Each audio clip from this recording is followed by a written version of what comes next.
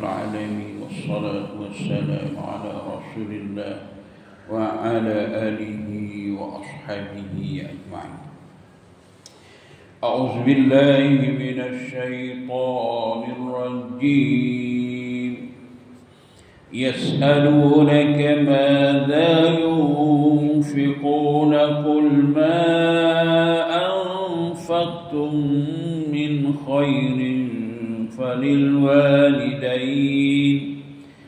فللوالدين والأقربين واليتامى والمساكين وابن السبيل وما تفعلوا من خير فإن الله به عليم.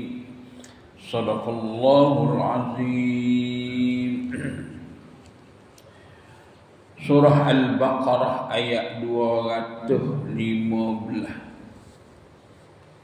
Ayat 215 ada ayat berkenaan beberapa perkara hukum-hukum yang kita orang mukminin kena buat bersangkut paut dengan harta kita nak belanja ke mana. Jadi akhir sekali yang kita baca pagi kemarin, Allah Subhanahu wa taala ayat kata mun jangan kira kata mun ni nak boleh masuk syurga dengan mudah kalau tak lalu jalan cubaan daripada Allah, sebagaimana orang-orang dulu, orang-orang mukmin hak dulu-dulu daripada kita ni dia kena cuba daripada Allah Subhanahu wa taala. Kalaulah kita tak lalu, tak kena lagi cubaan, maka artinya pintu syurga tu belum tentu kita nak boleh masuk.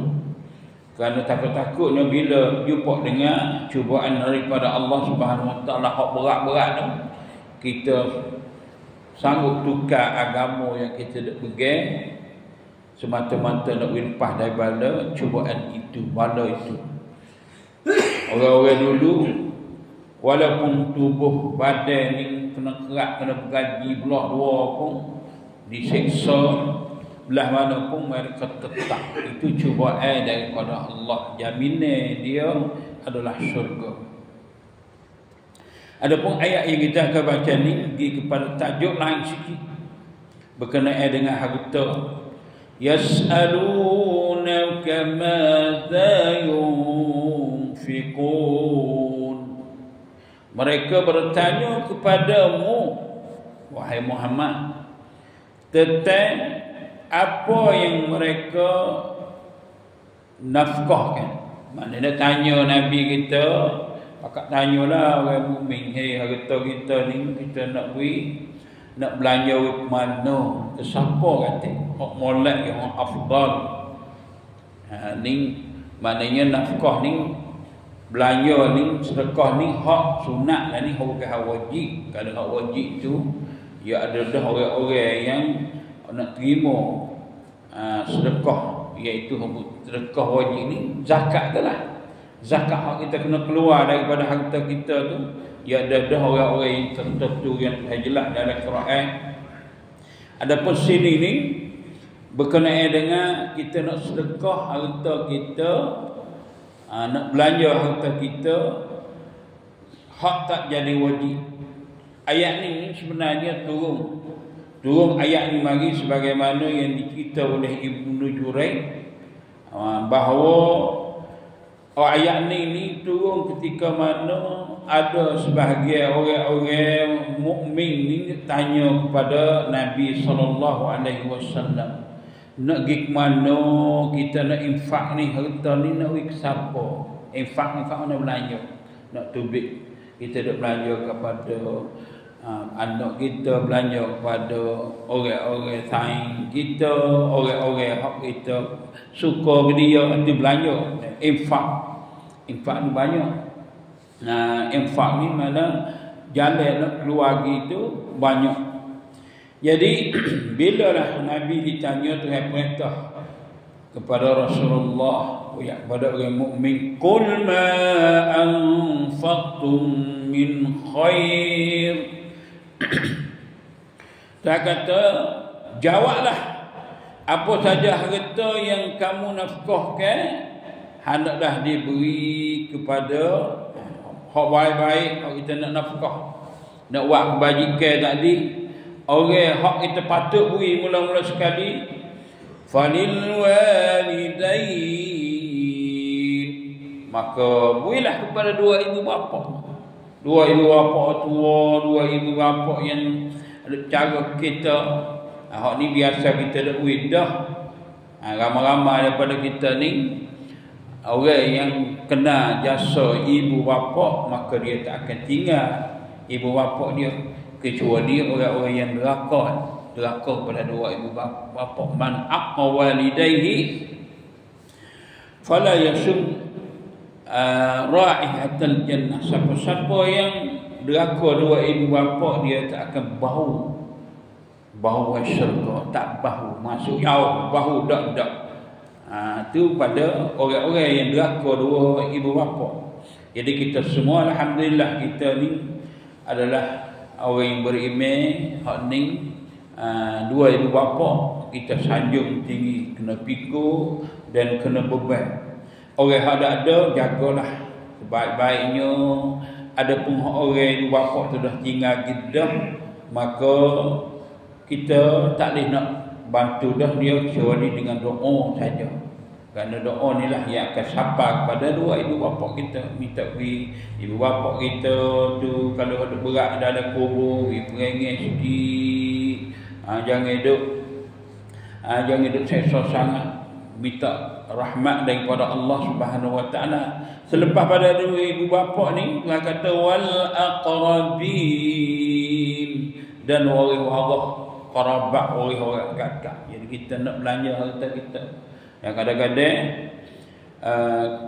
orang kita ni hak dekat-dekat ni awak tak kado, tapi nak sign dengan orang lain, dengan orang lain itu belanja harta jauh lemah. Dengan di waris apa ni daging darah dengan dia tu jauh, belanja juga supaya nak beri demo tu redha. Tapi sebenarnya kalau nak belanja, berilah kepada orang-orang yang jadi waris-waris dulu, dekat-dekat dulu. Wal yatama wal masakin wa ibnis sabil. Lepas pada tu pula batulah, infaklah kepada anak-anak yatim. Anak yatim ni Tuhan royak di dalam Quran dan hadis Nabi duk cerita banyak hak anak yatim. Kerana anak yatim ni adalah cubaan daripada Allah Subhanahu Wa Taala. Cuba atas diri anak yatim sendiri dan cuba atas orang yang tak jadi anak yatim. Ada budak anak yatim, kadang kikih dia, duk makan dia, orang tak heran. Kadang-kadang anak saudara ni pak mati dah, kita pak saudara tak berpadu ke anak yatim. Kalau boleh ke dia sikit-sikit itu kekah makan ke dia seorang, rebut ambil hak dia, kerana pak dia tak ada dah. Itu zalim. Dia suruh beri, bukan buat zalim. Apa yang berlaku boleh kita buat tinjauan, boleh kita buat mikirlah. Takut-takut kita ni tersilap, salah dengan anak yatim. Tuhan sebut kepentingan anak yatim ni, so kita pakat padu. Begitu juga orang-orang miskin yang susah, yang payah nak belanja, pada pok ni dulu. Wa ibnis sabil, dan kepada orang-orang yang berjalan, duk putus makan di tengah perjalanan dia. Mari pak kita ni tak ada nak makan, nak kelik tak boleh, putus bantuan, maka kita boleh infak. Ni hak sunat ni, bukan hak wajib ni. Walaupun orang miskin dan ibnu sabil ni kalau nak kira dalam infak nafkah hak wajib iaitu zakat ni, dia duduk dalam tu.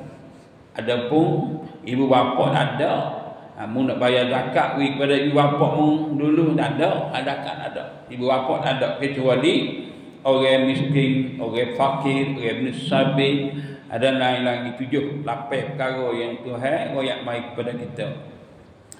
Lalu tu jelaskan lagi, wa ma taf'alu min khairin fa innallaha bihi alim.